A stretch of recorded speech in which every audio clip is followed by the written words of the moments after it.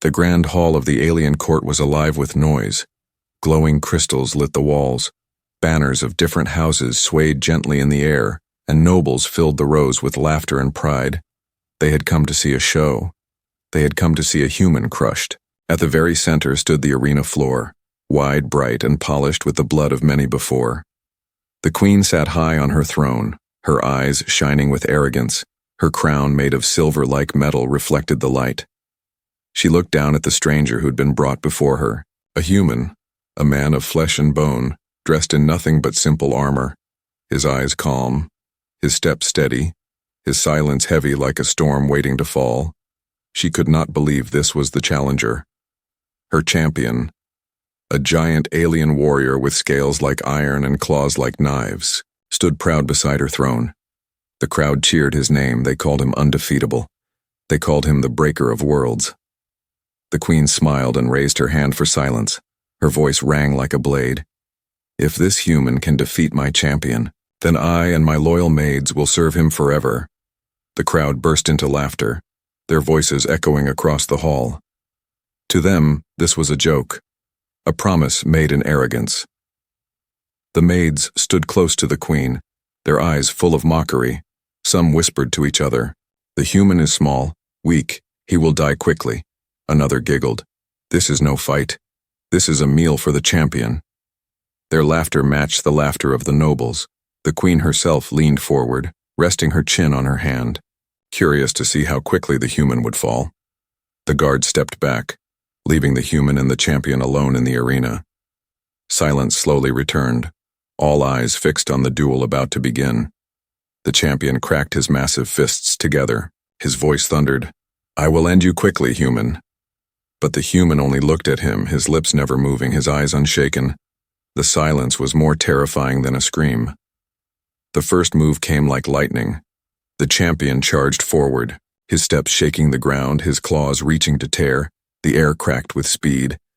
The nobles shouted in delight, "End him, crush him!" But the human moved aside with simple grace, like water flowing. The claws missed, hitting the floor with sparks. The human said nothing. He only turned, ready again. The queen's eyes narrowed. The champion struck again, a storm of fists, claws, and kicks. Every strike carried enough power to kill 10 men.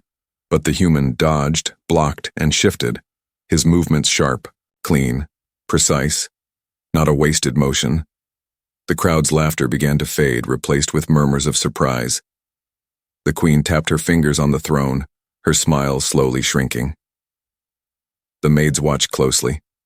One whispered, "He moves." Like he has done this many times before. Another frowned. "He is not afraid." But the queen silenced them with a glance. She wanted to see more. She wanted to understand. Was this human luck, or was this something else? The champion roared in frustration, his strikes faster, wilder. The floor cracked beneath his feet. The walls shook, but the human remained calm, his breathing steady. His eyes locked on the monster before him. Then at last, the human struck back. One sharp blow, clean and perfect. Not with strength of size, but with strength of precision. The champion staggered back. The crowd gasped in shock.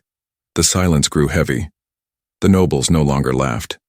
The queen leaned forward, her golden rings clinking against the throne.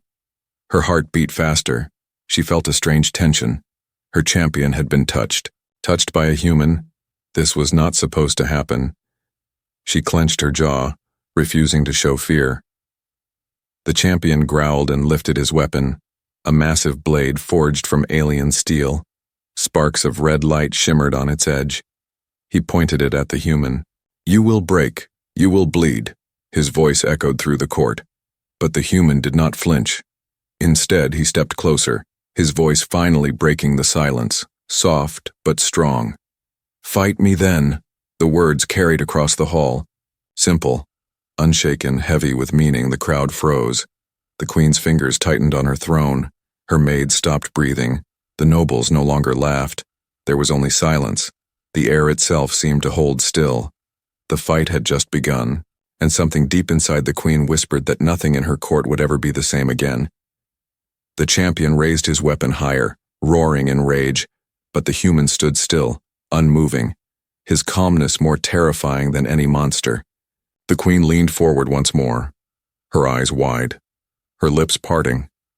For the first time in years, she felt something she had long forgotten. She felt suspense.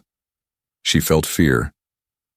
And so, in that silent moment, with the human's words still hanging in the air, the great hall waited. The nobles waited. The maids waited.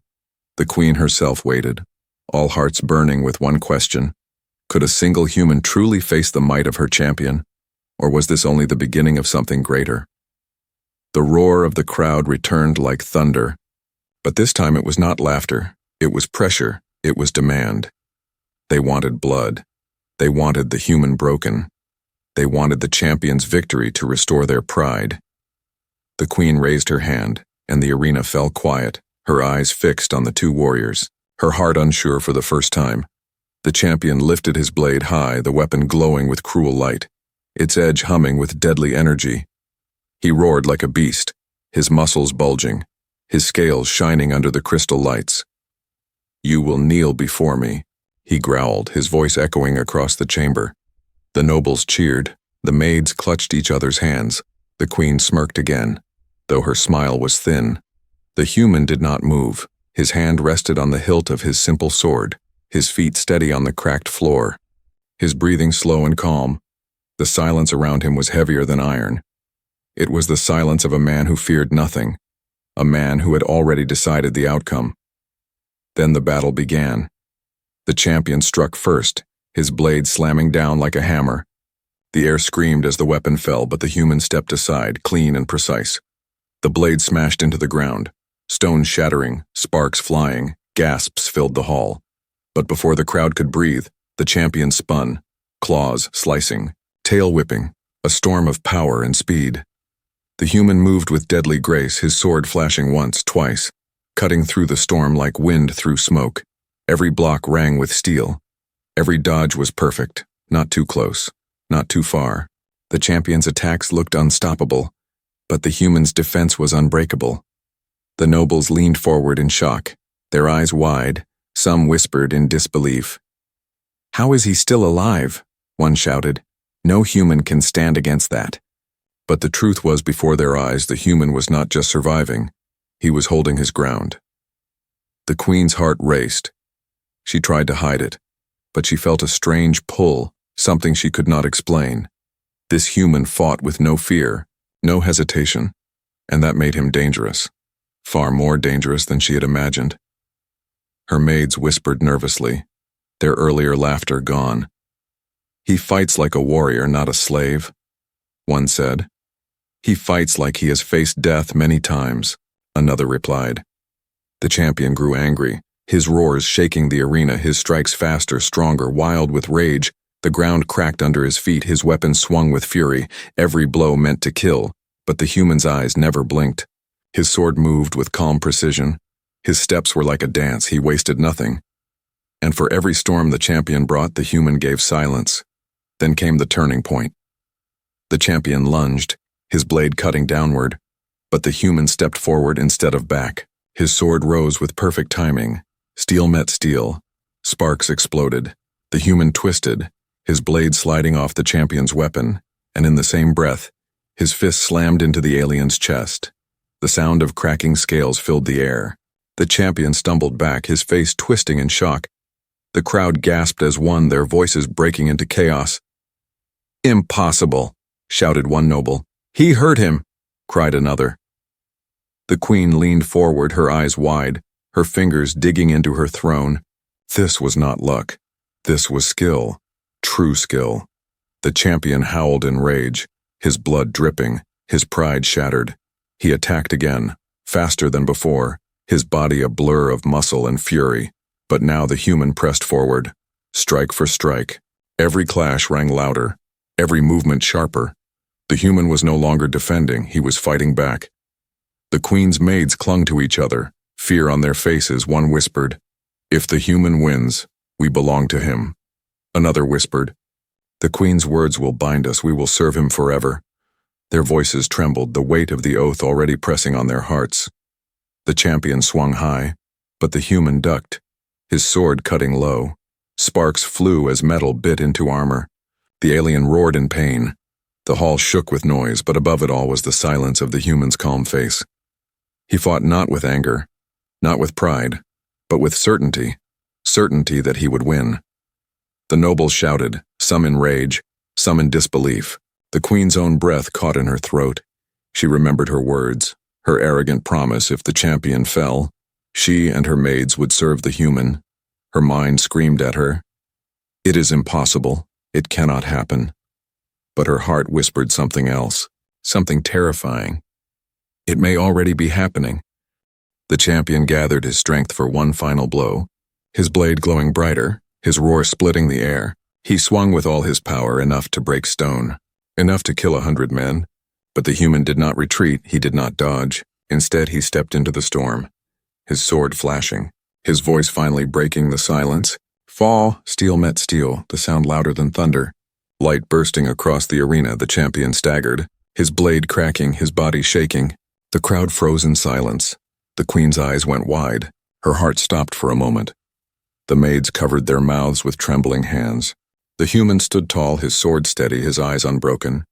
The champion swayed, his weapon shattered.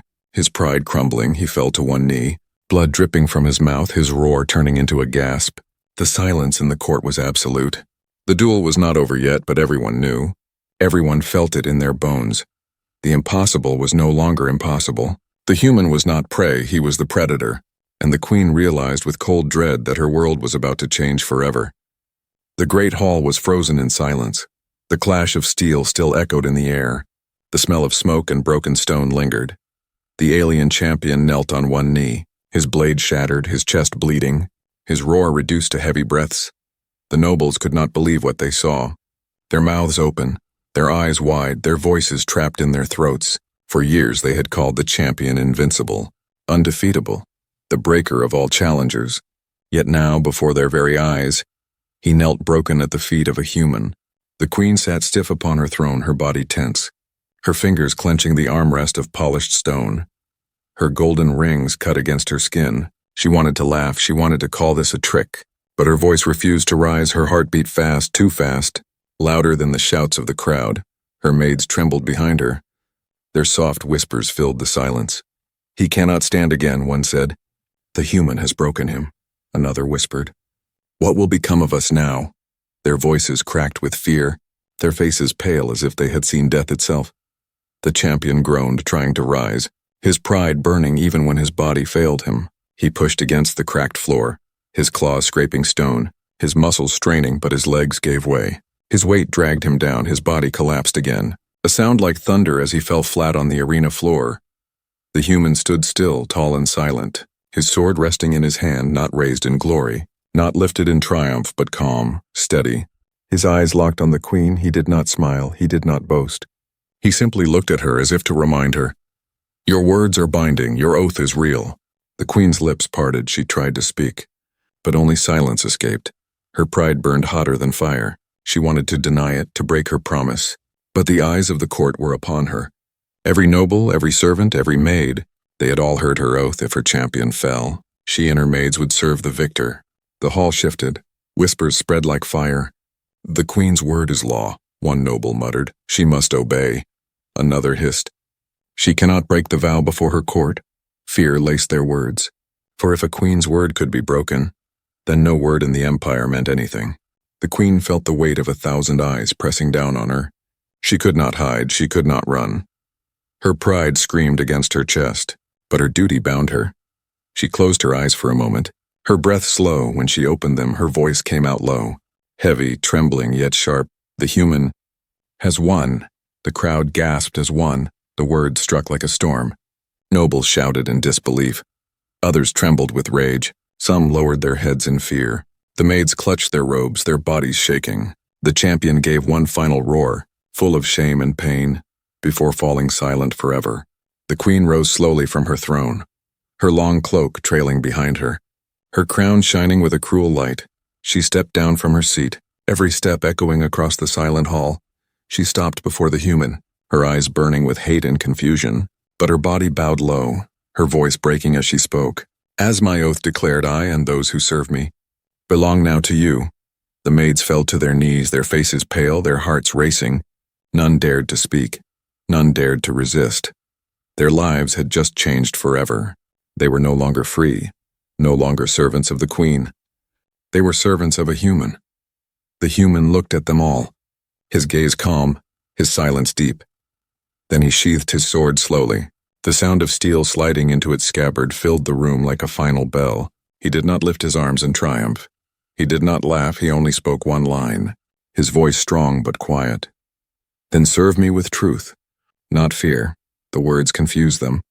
The queen frowned, her pride cut deeper. She had expected cruelty. She had expected him to demand power, riches, or humiliation.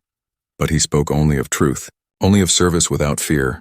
What kind of victor was this? What kind of human would take a throne by strength and yet not act as a tyrant? The nobles whispered again, louder this time, their fear growing. If he can break the champion, what else can he do? One muttered. If he commands the queen, what will he claim next? Another asked.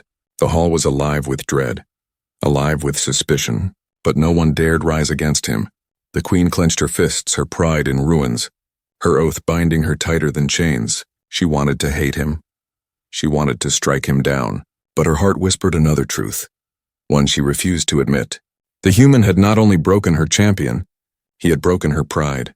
The maids lowered their heads, their voices soft as one. We will serve, they said, their tones shaking, their words bound by fear and fate.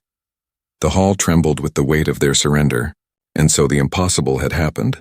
The queen and her maids now belonged to a human, a single man who had stepped into the heart of alien power and shattered their strongest. The nobles could not forget what they had seen. The queen could not undo her words. The champion lay broken and the human stood unshaken. The silence that followed was heavier than war.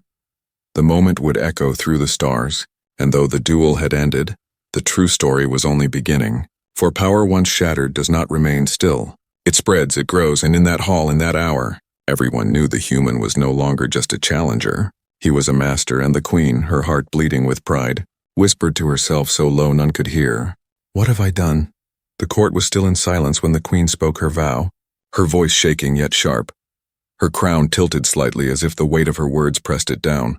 Her maids knelt behind her, their eyes lowered, their faces pale. The nobles stared in disbelief. None dared to laugh now, none dared to speak. The human stood alone in the center of the arena. His sword sheathed, his armor scratched, yet his body straight and steady. He had no crown, no jewels, no throne, yet he held the power of the hall in his calm silence. It was not the roar of a conqueror. It was the quiet weight of someone who had already won. The queen stepped back, her cloak dragging against the cracked stone floor. Her pride shattered, her voice hollow as she ordered her maids, "Rise." They obeyed slowly, their hands trembling, their eyes filled with dread.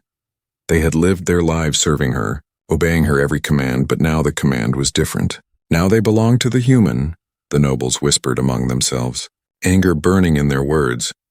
"This cannot stand," one muttered. "How can the queen kneel to a human?" another hissed, but none dared to rise. None dared to challenge the man who had broken the champion with his own hands. The human finally spoke, his voice calm, steady, not loud yet carrying through the entire hall. "I claim no throne, I demand no riches. I ask only what was promised, you swore to serve.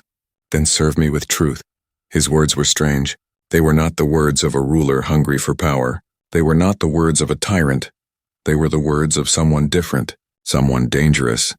The queen clenched her fists. Her pride screamed inside her chest. She hated those words. She hated his calmness more than his strength. If he had demanded chains, gold, or blood, she could have despised him easily, but instead he demanded truth, something she had buried under years of power. Her maids followed him as he left the arena, their steps unsure, their voices silent. They walked behind him not as free women, but as bound servants, their lives now tied to a human's fate. The nobles watched with eyes of fire and fear, knowing that this moment would echo through the empire. In the chambers given to him, the human sat in silence, his sword resting against the wall. The queen stood before him, her maids kneeling at her side, her voice sharp as she spoke. "You may have won the duel. You may have bound me by my own words, but do not think for a moment you understand what it means to rule." Her words dripped with venom, her pride refusing to bow even when her body had. The human looked at her. His gaze calm, his voice soft. To rule is not my goal. To lead is enough. Those words cut deeper than any blade. The queen turned her face away, her heart twisting in confusion. Her maids exchanged glances. One whispered under her breath, "He does not command like our lords. He does not threaten," another whispered. "He frightens me more because of that." That night, the queen tested him. She gave orders meant to trick, to trap, to reveal weakness. She ordered her maids to bring him poisoned wine. He refused it calmly, saying, "I need no drink from hands that tremble with lies." She demanded he take the finest clothes of her house, but he wore only his armor. "Cloth does not make a man," he said. Each test failed, each trap fell flat, and with every failure the queen grew more unsettled. Her maids whispered more. "He sees through everything," one said. "He is like water, slipping through every chain," another replied. The next day whispers spread through the court. Whispers of rebellion. Whispers of nobles plotting in the shadows. They saw the queen's bow as weakness. They saw the human as a threat, and already they sharpened their knives, planning how to strike when his guard was low. The maids heard these whispers, their eyes full of fear, for if the human fell, they would fall with him, their fates tied by the queen's oath. They began to wonder, should they warn him, should they protect him, or should they let fate take its course? The queen herself watched silently. Her pride torn, her mind torn, she hated him, yet she could not ignore him. She wanted him gone, yet she could not deny the strange pull he carried. She had seen many warriors, many rulers, but never one who won without demanding, who conquered without chains. At night, when the halls were empty and the torches burned low, she whispered to herself, "He is not like the others. He is not like us." Her words were bitter, yet they carried a strange truth she dared not admit aloud. The human, alone in his chamber, sharpened his blade slowly, his eyes steady, his mind calm. He had not come for thrones or riches, but the queen could not see his goal. Not yet, her maids could not see it. Not yet, but deep inside they all felt the same quiet fear. The fear that the human was not just their master. The fear that he was something far more dangerous, something they could not control. And so the queen lay awake in her chamber, her maids whispering in the dark, the nobles plotting in the shadows, the champion lying broken in the hall of memory, and the human sitting in silence, waiting, always waiting. The story of servitude had only begun, but the queen felt it in her bones. It would not end in silence. It would not end in peace, it would end in fire. And she whispered again, though none could hear, "What have I brought upon us?" The sun rose over the alien city, its towers of crystal glowing like fire, the streets filled with whispers, and the nobles of the court gathered once more in secret corners, their anger sharp, their fear sharper. The queen's vow had shaken everything. Their strongest champion lay broken, their proud queen bent to a human, and now their empire trembled. The queen sat on her throne, her crown heavy, her face cold. But inside her mind was restless. She had watched the human survive traps, insults, and poison. She had seen him remain calm when others would rage, and she hated it, for his strength was not only in battle, it was in silence, in patience, in a power she could not control. Her maids stood beside her, their hands folded, their eyes lowered, yet in their hearts confusion grew. Once they had laughed at the human, mocked him, called him weak, but now they whispered to one another when the queen could not hear. "He is different," one said. "He commands without chains," another replied. "He frightens the nobles without lifting his sword." That morning a council of lords arrived, their robes shining, their words sharp. They came to test the human again, not with blades, but with politics, with cunning, with pride. They stood before the queen, pretending loyalty, yet their eyes burned with plots. One of them spoke loudly, "If the human is to serve as your master, let him prove himself not only with steel but with wisdom. Let him settle the dispute between our houses." The queen leaned forward, her lips curling into a thin smile. She agreed. Perhaps here the human would fail. Perhaps here his silence would not save him. The maids exchanged worried glances. The nobles smirked, waiting to see him fall. The dispute was laid before him, a bitter conflict of land, wealth, and bloodline. The lords argued loudly, their voices rising like fire, each one twisting words, each one hungry to trap him. The queen sat still, her eyes locked on the human, waiting for his silence to crumble. But the human listened. He did not interrupt. He did not raise his voice. He let them pour out their anger, their lies, their pride. When they finished, the hall fell quiet. the lords expecting confusion, expecting weakness, but instead the humans spoke with steady calm. Land does not belong to those who shout the loudest. It belongs to those who make it live. The words were strange to them, simple yet sharp. He pointed to one lord. You claim ownership but have let your fields rot. He pointed to another. You demand wealth but your people starve. His gaze cut through them, one by one until no voice dared to answer. He ended with, a ruler who takes but does not give is already defeated. The court was silent. The queen's breath caught in her throat. Her maids stared wide-eyed, and the lords bowed their heads in shame, for the human had spoken a truth none of them could deny. That night the city whispered louder, not of the champion's defeat, but of the human's words commoners spoke in secret. He sees what our lords ignore, merchants whispered. He speaks like one of us, not like one of them, soldiers muttered. He has the strength of steel and the wisdom of fire. The queen heard these whispers and burned with anger, but inside something else grew, something she could not name. A respect she did not want, a fear she did not admit. She tested him again, sending him to speak with soldiers who had lost faith, to merchants who were drowning in taxes, to servants who had no voice, and each time he listened, he spoke, and he won them not with threats, not with power, but with truth. The maids followed him through these tests, watching closely. One whispered as they walked behind him, he treats even the lowest as if they matter. Another replied softly, no lord has ever done that. Their hearts shifted, fear mixing with respect, doubt mixing with loyalty. But danger grew in the shadows. The nobles saw their influence slipping, the commoners whispering, the soldiers looking to a human, and they gathered in secret to plan his fall. They sharpened their schemes, waiting for the right moment, waiting to strike where blades could not. The queen knew of their plots, but she said nothing. Part of her wanted them to succeed. Part of her wanted the human broken. Yet another part, deep and hidden, wanted to see what he would do, wanted to see if he could survive not only the strength of her champion, but the poison of her court. One evening, as torches burned low in the hall, the queen confronted him, her voice sharp, her eyes fierce. Why do you do this? Why do you not demand thrones, gold, or chains? Why do you speak to peasants as if they are kings? Her words cut like knives, her pride raw. The human looked at her, his gaze steady, his voice calm. Because power without honor is hollow and fear breaks faster than truth. The queen's lips trembled. Her pride screamed, but her heart froze, for she had no answer. Her maids lowered their eyes, their loyalty shifting further, their fear turning into something else. The human had won the duel of steel, but now he was winning the duel of hearts. He was changing the court without lifting a blade, and the queen realized with dread that his greatest weapon was not his sword. It was himself, and in the dark corners of the empire, the nobles sharpened their knives, their whispers growing louder, plotting to destroy the human before his shadow grew too long. The court glittered with false light. Banners hung tall. Nobles wore their finest jewels, but beneath the shine lay venom. Whispers of rebellion grew louder, sharper, hidden behind smiling faces. The human's calm victories had unsettled them. His wisdom had shaken their power, and now they prepared their trap. The queen knew of it.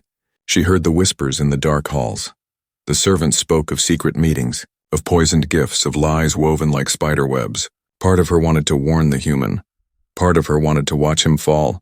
Her pride still burned, her heart still resisted. Yet her maids whispered in fear, if he is destroyed, we are destroyed too. The nobles chose their stage. A grand banquet, tables lined with food and drink, music filling the air, dancers moving like shadows, laughter echoing like knives. The human was invited, not as a guest of honor, but as prey. The queen sat at the high table, her eyes cold, her heart restless, her maids behind her trembling. The lords began their game. One stood and raised his glass, his voice loud. Let the human prove his wisdom again. Let him settle a matter none among us can solve. The crowd cheered, though their smiles were sharp. They laid their trap not with steel but with words, a problem designed with no solution, a puzzle made only to shame. The question was simple on the surface, yet poisoned at its core. Two great houses claimed the same ancient right, a right with no clear truth, no honest answer. Whichever choice the human made, one side would rage, one side would plot. The nobles leaned back, their eyes gleaming. The queen's breath held, waiting. The human listened. As always, calm, silent, steady, he let both houses speak. He let their lies flow, their pride pour out like wine. The hall grew loud.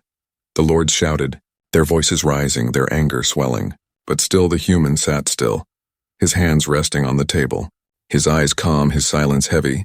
Then he spoke, his voice cutting through the noise. Not loud, not harsh, but clear. Your claim is not to honor.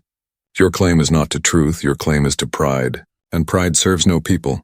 The hall froze, his words hung in the air. Sharp as a blade, he looked at both houses, his gaze unflinching. If neither of you can serve the land with justice, then neither of you deserve it, the nobles gasped. Their faces twisted, their trap cracked. For he had not chosen one side, he had chosen none. He had broken their game with simple truth. The queen's maids covered their mouths, their eyes wide. The queen herself felt her heart stop for a breath. He had not only avoided their snare, he had turned it into a mirror, reflecting their corruption. But the trap was not only words, it was deeper, darker. A servant approached with wine, golden cups filled to the brim. The nobles smiled, for they had poisoned the drink, waiting for him to take it, waiting for him to fall before all. The queen's eyes narrowed, she knew what was coming. Her pride told her to stay silent. Her heart told her to speak. The human lifted the cup, his eyes scanning the hall. Then he set it down untouched, his voice calm. A ruler who drinks before his people are safe is no ruler at all. The nobles froze. Their plan crumbled. The poison remained untouched. The queen's chest tightened. Her pride burning, yet her heart whispered, he sees everything. The lords grew desperate. Their smiles strained, their whispers sharp. He cannot be allowed to remain, one muttered. He will break us all, another hissed. They saw their power slipping. Their shadows shrinking, the queen saw it too. And for the first time she felt fear, not of the human, but of the storm his presence was calling. That night in her private chamber, the queen paced, her maids kneeling. Their faces pale, one whispered. He is not like them, he is not like us. He is something else, another whispered. He turns every trap into victory. Their voices trembled, but also carried awe. The queen turned sharply, her voice low.